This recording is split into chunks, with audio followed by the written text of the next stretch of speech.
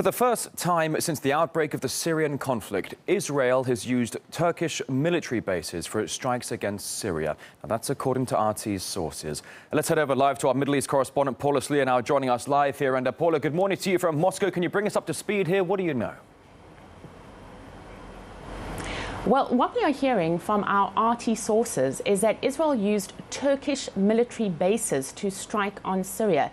Now, in early July, there was a pre-dawn attack on the Syrian port in the city of Latakia that allegedly targeted Russian-made Yakont anti-ship missiles. U.S. officials, speaking on condition of anonymity, said that this attack on this weapons depot was carried out by Israeli fighter jets. It happened not far from a Russian base. There is suspicion that Israel was responsible from various quarters. What we do know is that in that attack, several Syrian troops were killed or wounded. Now, no one has officially claimed responsibility for those strikes, and the Israeli government has declined to comment. There is confusion as to what exactly happened. We're also hearing reports that the attack was carried out by long-range missiles, or could have been carried out by long-range missiles that were fired from boats in the Mediterranean. What is important is that the attack, from the reports we have from our sources here in RT, originated on the Turkish side of the border. Our sources telling us that Israeli planes left a military base inside Turkey and approached Latakia from the sea to make sure that they stayed out of Syrian airspace so that they could not become a legitimate target for the Syrian Air Force. This, if true, is yet another brazen Israeli attack on a foreign country without any declaration of war. And it would be the fourth attack on Syria by Israel just this year alone. Paula, if you would just take us back for a minute here. Israel and Turkey, they haven't exactly been the best of friends in recent years, have they? No, Israel and Turkey have not been the best of friends in recent years. We had the flotilla incident back in 2010 in which 9 people were killed. That was condemned internationally. And although there were conflicting reports as to exactly what happened, Israel never stepped forward with an apology until March. And when Israel did apologize, Turkey accepted the apology. There was a lot of fanfare and international coverage made over that. But it was really surprising because the two countries were really at odds. At the time, Turkey recalled its ambassador, it suspended ties with Israel. And what we see now is a sudden change of heart in Turkey towards Israel. This is a very unusual regional development because you have both regional powers who looked at odds with each other, and then we have this recent information about cooperation of an attack inside Syria. Now, it might be a real surprise for many of our viewers how deeply embedded Israel and Turkey at one stage were. The two countries had very close relations in the 1990s, particularly military cooperation.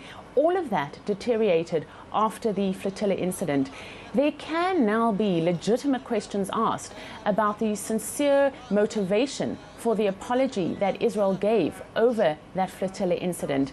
Questions need to be asked how and why an Islamic country like Turkey is allowing its arch-enemy Israel to use Turkish bases to bomb another Muslim nation. And no doubt there is going to be massive fallout for Turkey because of this cooperation with Israel. All right, the latest on this breaking news here on RT with Paula Slier live from Tel Aviv. Thank you.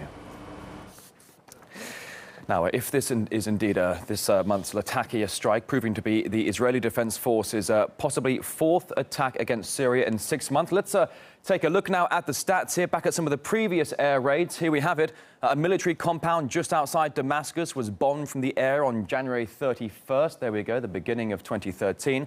And a second similar operation reportedly happened on May the 3rd as well.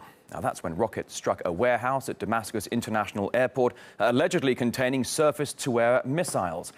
Now, just 2 days later, massive blasts were then described as earthquake-like. They shook the same military base that was targeted in January. On all occasions, the attacks were justified as operations to wipe out Iranian missiles bound for Hezbollah. But Middle East expert and historian Tariq Ali, he says Israel is looking to get square with Hezbollah by ultimately trying to choke the Syrian regime.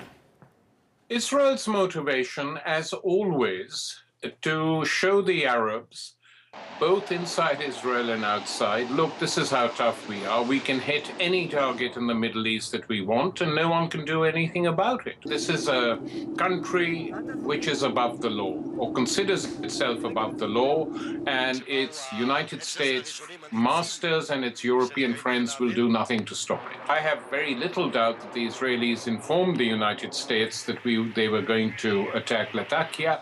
Hezbollah is like a Red Bull to the Israelis. And the Israelis haven't been able to wipe it out, though they've tried many a time. They're now hoping that they can do it by completely weakening or destroying the Syrian regime.